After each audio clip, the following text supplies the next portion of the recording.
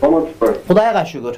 Немени сурайын дедим де, мисалы, өткөндө бир сөз болду да, биз азыр арабтардын улуттук идеологиясын алып атабыз деп, байланыш болуп депчи.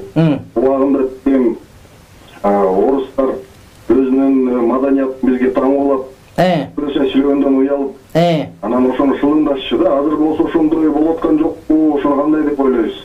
Арабтардын тиги исламга байлап калып өзүнүн улуттук када салттарын бизге кулаган жокпу?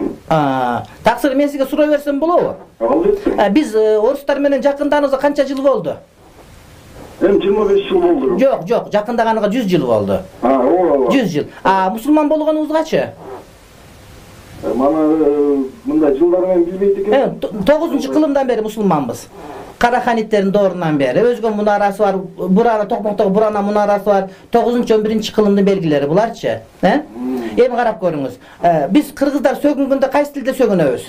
Орусча сөгүнөбүз. Арабча сөгүнгөн сөз билесизби?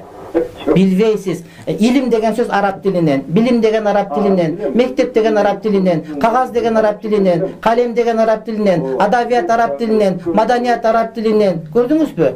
Ал эми жеп аткан табак да араб тилинен келип чыкканда, ислам дини адамдарга арабтыкын таңуулабайт, балким адамзаттын башын бириктирген, ар кимдин өзүнүн улутун сактап калганга демилге берген, көмөкчү берген дин, урматтуу бир тууганым. Ошол мусулман болгон үчүн биз комузубуз, кымызыбыз, элечек, такыя, шуруларыбыз, өзүбүздүн манасыбыз, жомогубуз менен кыргыз сакталып калдык дагы, исламга кирбеген Якутиядагы кыргыздарыбыз бардыгы Иван Петрович болуп кетти. Жимшиган көзү гана калып калды. Демек, улут катары сакталып калууга дагы исламдын таасири өтө чоң. Ал эмес ушул күндөрү биз жок болуп бара турган элдин катарына кошулуп калгандан Кудайым мындай насип кылып бизге дин эркиндик келип калган себептен адам бойдон сакталып калды. Карап көрбөйсүзбү? Азыр революция болбой калды. Ошол 2005-2010 жылда болгон революциядагы себептердин бардыгы бар, бирок адамдар жок. Анткени адамдар ыйманга келип калды. Булар көчөгө чыккан, мародёрлук кылган арам экендигин урматтуу бир тууганым билип калды. Башка бир неркенин иши менен эмес, балким өзүнүн иши менен болуп жүргөндү түшүнүп калды. Демек, араб дин, бул ислам дини адамдын өзүнүн улутун сактап калганга,